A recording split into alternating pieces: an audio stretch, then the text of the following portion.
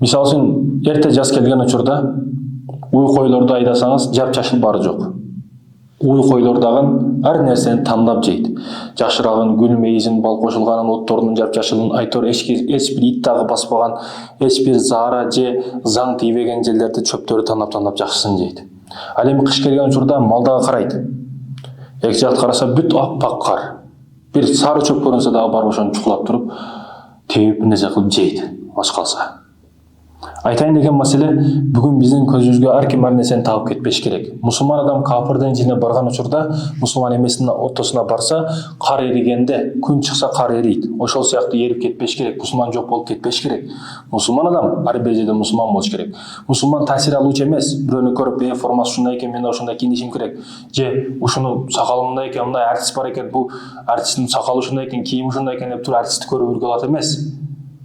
Керек болса ал сени көрүп үлгү алсын. Сен ушундай красавчик бол, сен ушундай туура бас, түз бас, атып ахлактуу бол, сени көрүп адамдардан шилекей алсын. Таасир алуучу эмес, таасир берүүчү болуш керек мусулман. Айтор ушундай. Бүгүн парасатыбызды, акылыбызды калчап дүйнөдөгү аламдашуу, эки капыр урушса, ага бизге эмне пайда? Эки капыр урушса, бизге эмне пайда кылат? Учурунда биз дүйнөнүн 3/2-син, дүйнөнү башкарып турган мусулмандар. Ата-бабаларыбыз андай кылган, мындай кылган деп туруп ата-бабаларыбызды мактанып, бүгүн биз эмне кылып жатабыз? Курандан ушундай ачылыш болуп тур десе, америкалык окумуштуу ушундай ачылыш жасаптыр десе, ал Куранда бар экен десе, угуп сүйүнөбүз, Куранда бар экен го деп. 1400 жыл мурда ушул 7-кылымда ушул пайгамбар саллаллаху алейхи түшкөн Куранда ушул бар экен деп туруп, биз эмне кылдык ушунча жылдан бери? 7-кылымдан бери биз эмне кылдык үммөт? Эмне үчүн биздин Курандагы бар нерсени башка бир капыр, башка Америкадагы же бир Европадагы бир адам ачылышты? Эмне үчүн биз аракет кылбай жатабыз? Эмне үчүн ошол Кураныбызда бардык балуулук китеп, биздин байлыгыбыз, бардык илмий ачылыштар биздин китебибизде болсо, бизге окуп туруп, эмне үчүн ошону биз ачып, биз элдерге реклама кылып, өлкөбүздү өнүктүрүп, бунун акыретиге пайдасы боло турган иштерди эмне үчүн биз кылбай жатабыз? Эмне үчүн каяктагы бир адам ушул нерселерди кылып жатат? Демек, ошончо жылдан бери, 7-кылымдан бери биздин аракетибиз ушул деңгээлге алып келди. Biz ата-бабаларыбыз менен сыймыктанып, бирок өзүбүздү эч нерсеге жарабай турган бир үммөт болуп калдык. Биз продукцияны чыгара турган эмес, продукцияны кабыл кыла турган болуп калдык. Моюнга алыш дагы бир жоомарттык. Моюнга алыш керек. Маалымат тармагында, соц тармактарда, мисалы үчүн, кино тармагында, мисалы үчүн, урматтуу мусулман бир тууган, кино көрбөгөн адамды эсептелүү деп билем. Кинону өтө көп көрүшөт.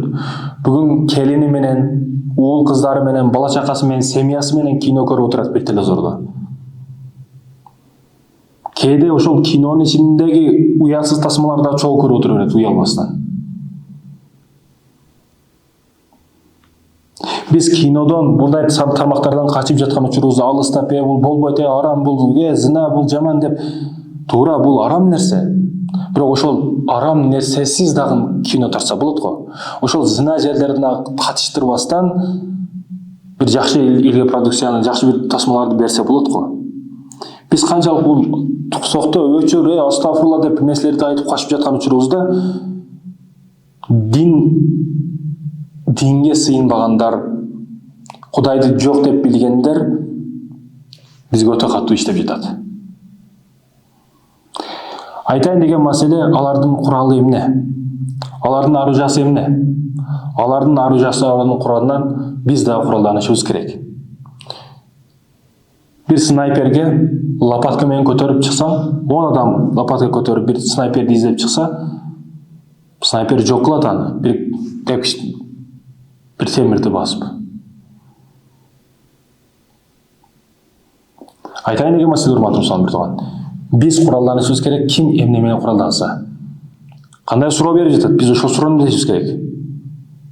Качпашыбыз керек.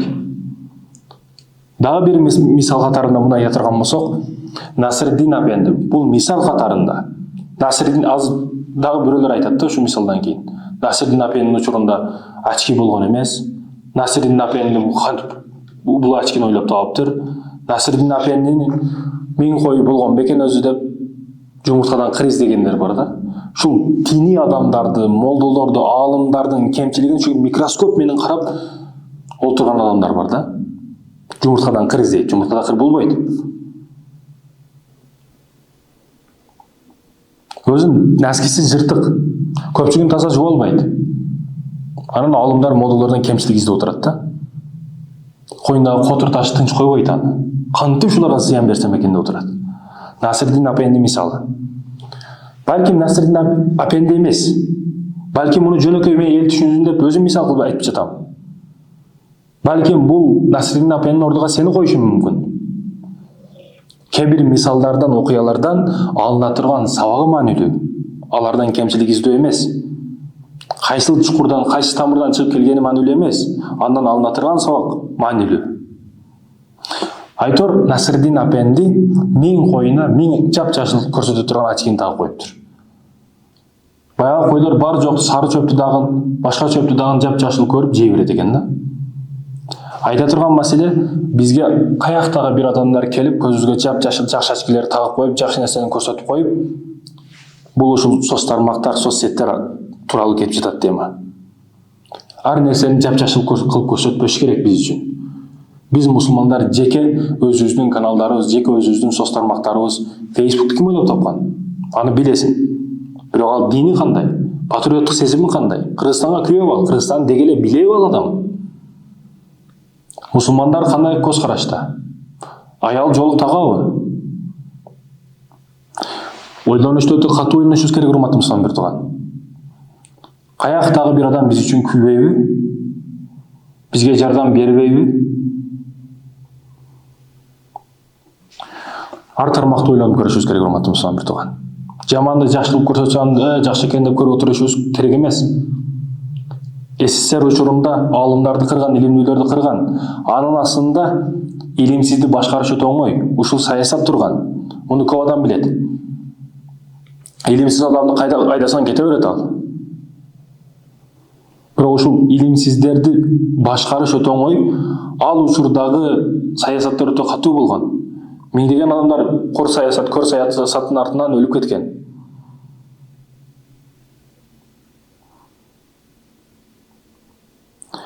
Урматтуу мусулман бир тууган, биз ушул жаңылык жагылуу, ушул телевидение жагына киришибиз керек.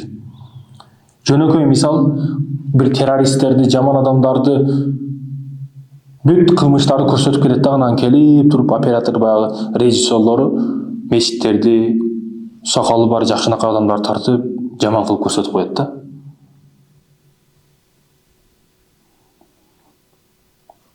Албетте бул тармактарга биз киришибиз керек. Булардын кураллары ушу камераларбы? Ушу камералар менен куралдан бар нерсени чыгарып атабы? Калбаш керек бул жактан. Ал кинолорду көрсөң, бүт ислам дининен, ислам тарыхынан алынган кинолор да. Мына карасаң ичине жин кирип кеткен, ага ошол тасма кылып чыгарган. Бул динден алынган биздин ислам динибизден. Бүт пайгамбардын хадисине же келип такылат, чыгарып аткан нерсеси. Ошондуктан урматтуу мусулман бир туугандар, биз аракет кылышыбыз керек. Аракет кылышыбыз шарт. Жакшы нерсени көрсөтсө, жаман нерсени жакшы деп билсе дагы ошону изжат этишибиз керек.